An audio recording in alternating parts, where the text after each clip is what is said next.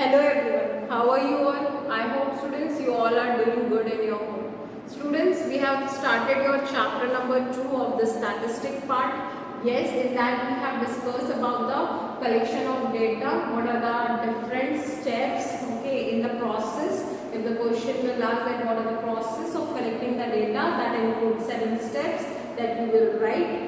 Okay, now we will just further see more detail about this topic of collection of data. Okay.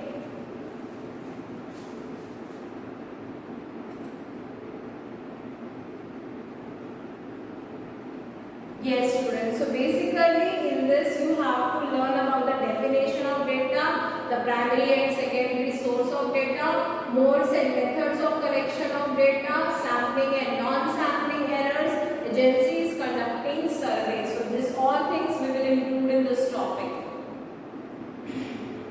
The first thing is about the data. So what is data? The data helps in understanding and solving problems by providing information.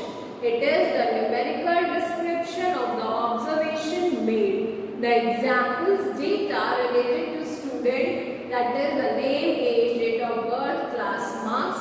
Another example is data related to an employee, that is employee's ID, name, designation and salary. So students, the details of any of this particular things gives us the much detailed information, and that helps to gather the information if we are working on certain project. Now students, just pause this video and write it. It can be asked. It is a very important question. The question can be framed to the different things. First of all, the topic is sources of data. Sources of collecting data. I have already told you it is of two types, that is the primary source and the secondary source. The another question which can be asked is write the difference between the primary source and the secondary source of collecting the data. So first of all, we will discuss about the primary source. So the primary source, first point it is saying the enumerator or the observer collects the data by conducting an inquiry or an investigation. The data collected is called primary data because it is based on first hand information. तो यह हमेशा याद रखेंगे कि जब भी हम primary source की बात करते हैं तो primary source data are always the first hand information. The examples of primary source are questionnaires, survey, opinion polls, maps, photographs, objects, emails. The secondary sources are what? The data collected and processed, scrutinized and tabulated by some other agencies is secondary source data. It is borrowed from published or unpublished sources. The example of secondary data are journals, articles, books and web pages. So students, whatever the books, the web pages are there, that you get the information from this is not occupied by your own, but it is already searched and provided to you. So that is why it is the secondary source data or the second hand information.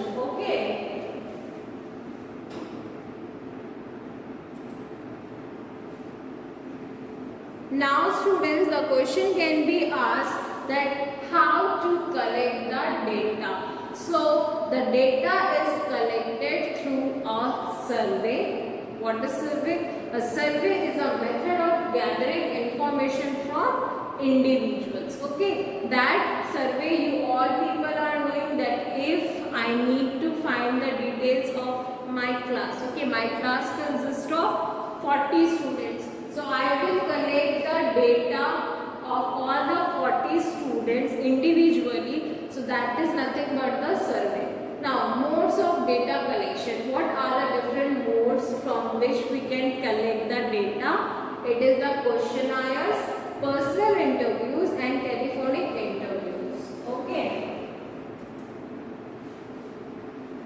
First it is about the questionnaire, modes of data collection. The first is questionnaire. Now what is questionnaire? Just listen carefully and write it down also. A questionnaire is a series of questions sent to individuals by email or post with a request to complete and return it by a specific date. In a questionnaire survey, the interviewer cannot influence the respondent in any way. The interviewer cannot observe the reaction of the respondent. Why? Because a person is sending the questionnaire either from mail or from post, and the other person are requested to fill the form in a detailed manner. So I can give the like the proper correct information or wrong information. No one is there to cross verify me. That is why it is saying that the interviewer cannot observe the reactions of the respondents. So it is kind of a drawback. Okay. Now students, this is like the very important thing. Okay, it is saying here that characteristics of a good questionnaire. The question was there in the previous video. So what is the answer? This is the answer. You should write like this only. That the question can become an exam. That what are the characteristics of a good questionnaire? So these are the points which you have to write. It is, the question should be in a simple language, easy to understand. Each question should have only one answer. The number of questions should be limited. The answer to the question may be in a form of yes or no. The question should not require much calculations. The question should be in a logical order. Personal questions should be avoided. The question should not be offensive. The objective of the questionnaire should be clear through the question. So these are the characteristics of the good questionnaire, and it can be asked in the exam. So you need to learn this answer. Okay. Now it is saying questionnaire interview format. Okay, bad questions, good questions, there are the two different examples are there. Okay, now what are the bad questions, what can be the good question? We will compare it. Okay, the first question in bad category is how regular is the electric supply in your area? The question should not be asked like this. Whatever the questions are mentioned in this category, the question should not be framed like this in questionnaire. Instead of that, the question should be present like this in the questionnaire. So, it should be asked like, is the electricity supply in your locality regular? Okay. Then what is next bad form of question? It is, what percentage of your income do you spend on clothing in order to look presentable? Instead of that, we can ask, what percentage of your income do you spend on clothing? Next is, don't you think smoking should be prohibited? Instead of that, we can ask, do you think smoking should be prohibited? So the answer will be yes or no. Likewise, okay. Now, next is, how do you like the flavor of this high quality tea?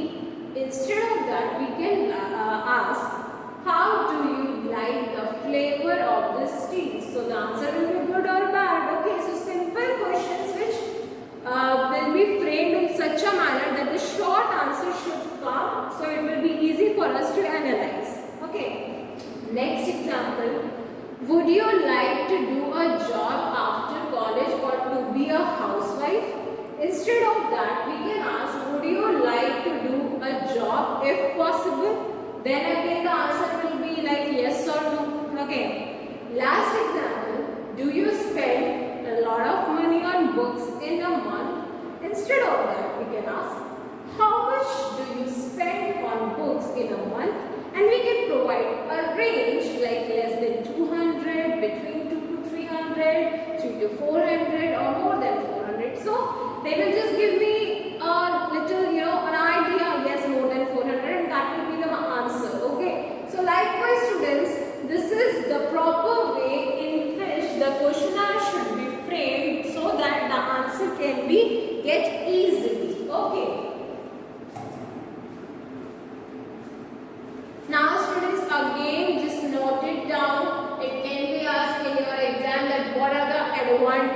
the disadvantage of the questionnaire. So what are the advantage? Here are the category of advantage and here are the disadvantage. So what is the advantage of a good questionnaire? It is saying here, it is least expensive, only method to reach remote areas, no influence on respondents, maintains anonymity of respondents, best for sensitive questions.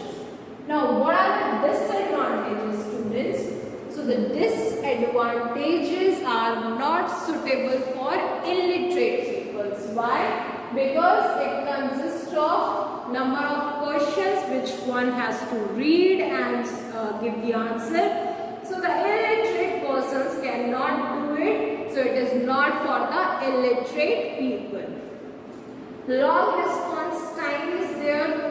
No explanation of ambiguous questions and reactions cannot be observed. So these are the points which you are supposed to mention if in the exam it is asked. Okay.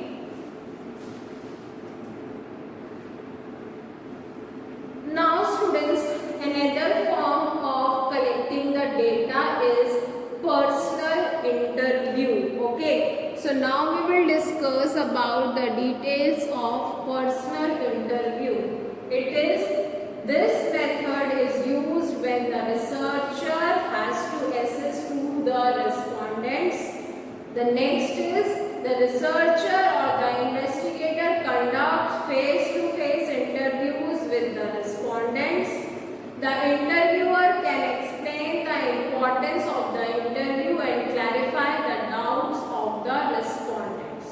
Okay, so these are the process. The first one is saying that this method is used when the researcher has access to the respondent. So first of all, for the interview purpose, one has to have the access. That is, one can reach to the other to whom we want to interview, okay, or investigate.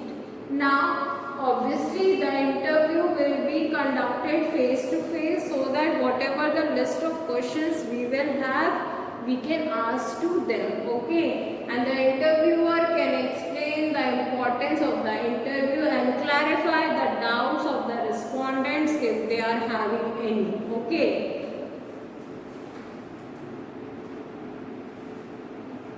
Now again students, you need to write the advantage and disadvantage of the personal interview. We are talking about another method of collecting the data. First of all, we have discussed about the questionnaire method. Now we are discussing about the personal interview.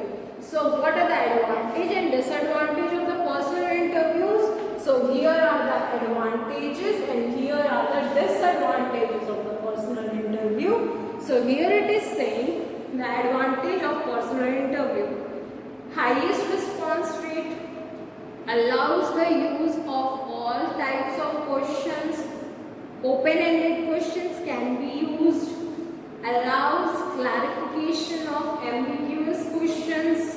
Interview can modify the questions for better understanding.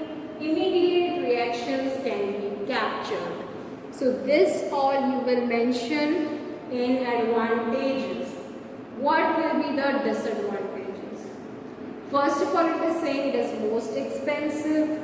Then it is time consuming. Then possibility of influencing respondents. Possibility of bias. Interviewer needs to be trained. High profile people may not be approachable. So these are the disadvantages.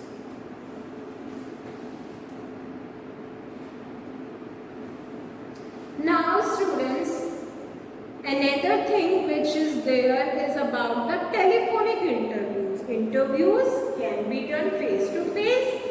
Otherwise, it can be done in telephone also. So now we will discuss about another method of collecting the data, that is the telephonic interviews. Okay, it is saying here in a telephone interview. investigator asks the questions over the telephone. Yes, obviously in the interviews, normal interviews, it is the face-to-face conversation. One is asking the question to the another one, but in the telephonic round, the one is asking all the questions on telephone. Next is, this method is used when the respondent is reluctant to give a personal interview. The next is saying it is not a very popular method but proved useful in industrial surveys. So basically it is more oftenly used in industrial surveys, and it can be done when the persons are not accessible or they are hesitating to give it in a face-to-face manner. Okay, so that is about the telephonic interview. Again now students, the advantages and disadvantages of telephonic interview. You people just note it down again, okay, because anything can be asked.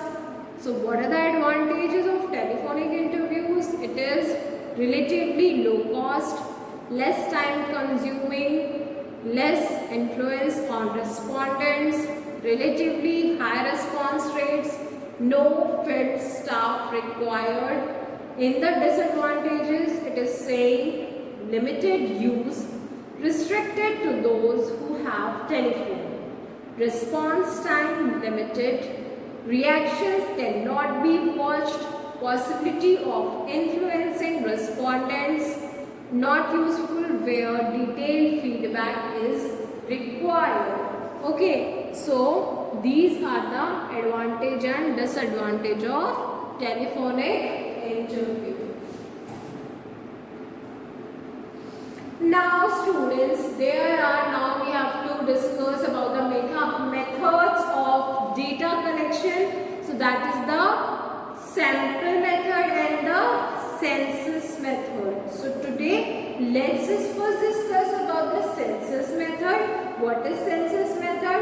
A survey in which includes every element of the population under study is known as census or the method of complete enumeration.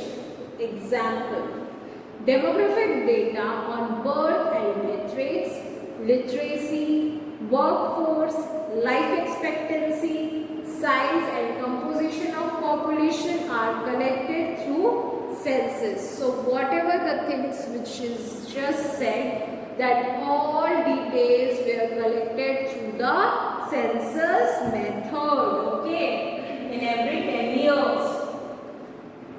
The sample survey is what? Now the another method is nothing but the sample method. It is saying a sample refers to a group or a section of the population to be surveyed for obtaining information. The first task in selecting a sample is to identify a section of the population.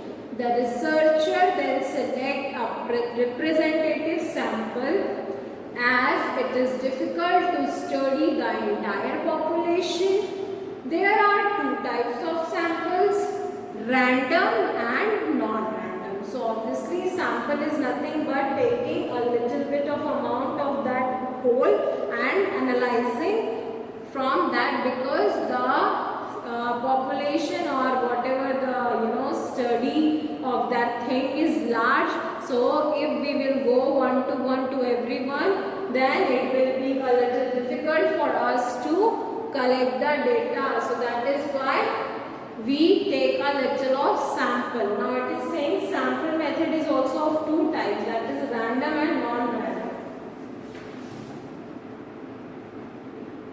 Now what is random samples and non-random samples? So random samples.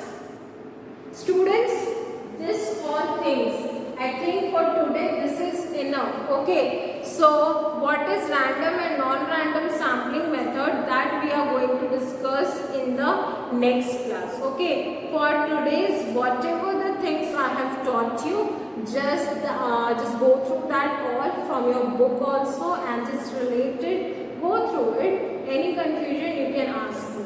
Okay, so for today's session this much only. This topic we will continue in the next class. Thank you, class.